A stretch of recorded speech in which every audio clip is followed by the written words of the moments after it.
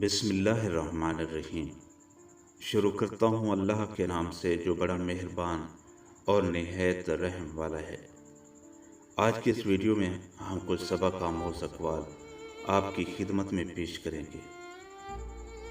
माँ बाप से कभी शिकवा ना करना कि उन्होंने आपको क्या दिया। शायद उनके पास भी सारी ज़िंदगी सिर्फ यही कुछ था।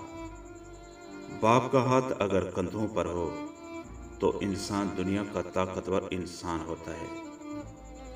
दुनिया की सबसे कीमती खुशी वो होती है जब तुम्हारे माँ बाप तुम्हारी वजह से मुस्करा रहे हों।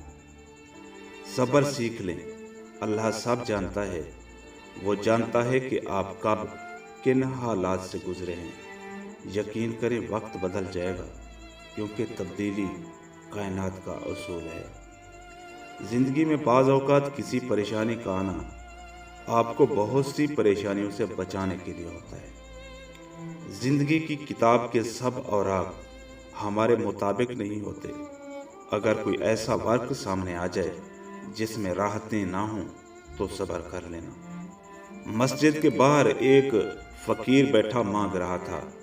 नमाजी बाहर निकले और कुछ ने उसे इतना शर्मिंदा किया कि वो वहाँ से भागकर शराब खाने के दरवाजे पर बैठ गया। जो भी शराबी निकलता उसे कुछ न कुछ देकर कहता कि हम तो गुनाहगार हैं, शायद तेरी दुआ से ही निजात मिल जाए।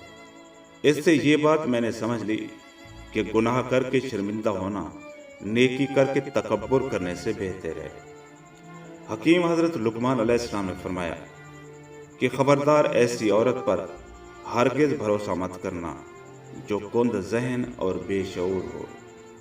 हर ख़ानदान में एक शख्स ऐसा ज़रूर होता है जिसको सबका एहसास होता है। उसे सबके दुख अपने दुख लगते हैं।